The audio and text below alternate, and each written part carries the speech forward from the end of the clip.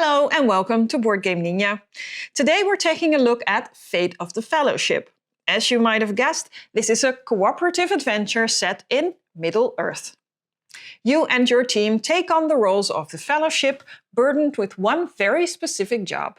Get the One Ring to Mount Doom and throw it in. Simple, in theory. On the way, you'll be dealing with growing shadow armies, roaming Nazgul, and a constant sense that things are, slowly but surely, getting worse. You'll complete objectives, protect key locations, and try to keep hope alive, because that's really the heart of the game. You win by completing your objectives and ultimately destroying the ring, and you lose when hope runs out. No pressure. The game plays from 1 to 5 players, takes about 1 to 2.5 hours and is fully cooperative for adventurers of 14 years and older. Start by placing the board in the center of the table. Set the hope marker to 6. If that ever drops to 0, that's the end of your story. Place the threat marker at its starting position. This one will steadily climb and make your life harder. The map is divided into regions filled with cities, havens, and strongholds. Havens are your safe spaces, while shadow strongholds are, well, not. Some locations show symbols for different factions: elves, dwarves, Rohirrim, Gondor, which tells you where you can muster troops. Meanwhile, shadow forces will keep appearing in their own strongholds. Place all starting troops and the Nazgul as indicated. Nazgul don't just sit politely in one spot. They threaten entire regions, so just place them anywhere within their region. And because Sauron already has his eye on things, place the Eye of Sauron in Eriador. Next, prepare the shadow deck. Remove Sauron and Saruman for now, shuffle the rest and place it on the board. Draw 9 cards and place shadow troops on the listed locations. Ignore the rest of the text for now. Place the 9 cards afterwards in the discard pile. Then it's time to choose your objectives. Destroy the One Ring is always included, but you'll add 3 more. For your first game, the recommended ones are marked, and honestly, that is a good idea. There are many objectives in the box, and if you want to make the game heroic, epic, or even legendary, you have to pick more objectives. Follow setup instructions on the objectives chosen. Some might force you to play with certain characters. Each player plays 2 characters at the same time, which can be mixed and matched as you wish. Only for your first game, it is recommended to use these combinations. Place your characters on the starting locations indicated and greet the abilities of your characters. Try to remember them. Finally, prepare the player deck. Keep the Skies Darken cards aside. Deal a number of event cards based on the number of players and shuffle them with the player deck. Deal starting hands face up based on the number of players. Depending on your chosen difficulty, you'll divide the deck into piles and shuffle 1 random Skies Darken cards into each pile. Stack them back together with the smallest pile at the bottom. And now you're ready to begin. The player with the lowest region card takes the first turn. On your turn, you'll take actions, draw player cards, and then deal with whatever the shadow throws at you. Let's start with actions. Each turn, your 2 characters share 5 actions. One gets 4, the other gets 1. Your choice. You can travel, moving along paths between locations. You can bring troops and even other characters with you as long as everyone agrees. Some routes, like Moria, require specific icons to use. Discard a card or token with this symbol to use the path. Now, if Frodo is involved in that movement, things get tense. Whenever Frodo moves, you trigger a search for the destination you are traveling to. Roll 1 black die for each shadow troop in the destination location and 1 black die for each Nazgul in the region. Black dice are nasty. You can lose hope. If you are exposed, you will lose hope unless you are in a haven. Recall makes 1 Nazgul from the region fly back to Mordor. Characters present at the location can spend a ring to re-roll a search die. You can avoid this by spending stealth, but that's a limited resource and you'll need it later. especially when approaching Mount Doom. You can also fellowship. If you are in a location with another character, you can give a card to or take a card from that character. The card has to match the region you are in. This is an excellent way to get any rings to Frodo that he needs at Mount Doom. With Prepare, while in a haven, you can turn cards into tokens. Since you have a card limit of 7, you can slim your hand a bit down so you can receive more cards. Muster lets you recruit troops at the right locations by spending friendship. And yes, troops are limited, so if they're gone, they're gone.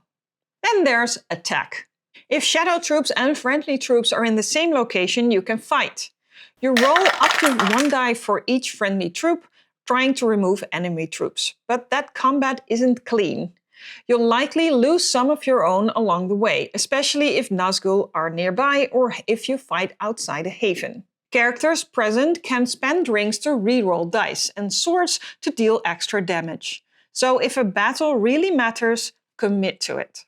If shadow troops occupy a haven where no friendly troops are present, they take over the haven and turn it into a shadow stronghold. Cover the haven with a shadow stronghold and lose 3 hope. It is possible that after a battle, shadow troops and friendly troops remain in one location. You can also capture a shadow stronghold. If you move in with troops and spend 3 swords, you turn it back into a haven and regain some hope. It is one of the few ways to push back. And finally, many characters and objectives give you special actions. These are easy to forget. Once per turn, Gimli can gain a swords token from the supply if he spends an action. After your actions, you draw 2 player cards. These cards provide you with icons and locations that you can use for actions or for objectives. At all times, you can only have 7 cards in your hand. If you have more, you discard until you have 7 left, or you have to play an event from your hand. Occasionally, you'll draw a Skies Darken card. This is where things escalate. Threat increases, shadow troops appear, and then the discard pile gets shuffled back into the shadow deck. So all the bad things you already dealt with, they're coming back. You don't draw a replacement card for yourself. Now it's time for the shadow phase. This is where the game pushes back. You're going to resolve a number of shadow cards equal to the current threat level. So early on it's manageable, but later this can get pretty intense. Here's the important part. Each shadow card has 2 halves, an advance effect at the top and a reinforce effect at the bottom. But you never choose which one happens. Instead, you flip the top card of the shadow deck and place it face up. Then you look at the back of the next card in the deck. If that next card shows a red flag, you resolve the top half of the card, the advance effect. If it shows a black banner, you resolve the bottom half, the reinforce effect. So the future is, quite literally, deciding the present. If you resolve an advance, shadow troops are going to move. You follow the battle line shown on the card, starting from the far end and working your way back. Each group of shadow troops along that line moves 1 step forward. If they enter a location with friendly troops, a battle immediately happens, using the same battle dice so both of you can get hurt. And if they move into an undefended haven, that haven falls, becoming a shadow stronghold, and you lose 3 hope. Leaving places unguarded is exactly as risky as it sounds. If you resolve a reinforce, things don't move, the forces grow. You place new shadow troops on the location shown on the card. If friendly troops are already there, you immediately resolve a battle. And if that location has already been claimed as a haven, then the reinforcement simply does not happen. Small victories matter. After resolving the main effect, you also carry out any special instructions on the bottom of the card. This might move the Eye of Sauron to a new region, send Nazgul across the map, or trigger one of the more dangerous characters like Saruman or Sauron himself. When those show up, just follow the card carefully. Then you move on to the next shadow card and repeat the process. Remember, you will do this a number of times equal to the threat level. So if your threat is at 4, you're resolving 4 of these, one after another, which is usually the moment where your carefully made plans start to fall apart. Once all shadow cards have been resolved, the turn passes to the next player, assuming Middle-earth is still holding together. Winning and losing are often very close in this game. There are several ways to lose hope, but the most common ones are failed searches and losing havens to the shadow. Especially towards the end, when you're already worn down from constant battles, things can spiral quickly. The final steps of the ring quest can be particularly heavy. By that point, you'll likely have fewer resources, less hope, and very little room for mistakes. Gaining hope is much harder than losing it, so don't spend it lightly. Try not to lose sight of your overall goal, completing your objectives. It's easy to get caught up fighting fires all over the map, but progress is what ultimately wins you the game. And don't forget to use your resources. Rings for rerolls, swords to remove extra shadow troops, those small advantages can make all the difference when it matters most. In later games, you can increase the difficulty to make the challenge even greater. Working together with your friends presents opportunities to restore hope. And at the end, when you destroy the one ring, Middle-earth is saved. This is how you play Lord of the Rings, Fate of the Fellowship. Can you save Middle-earth, or will shadow prevail?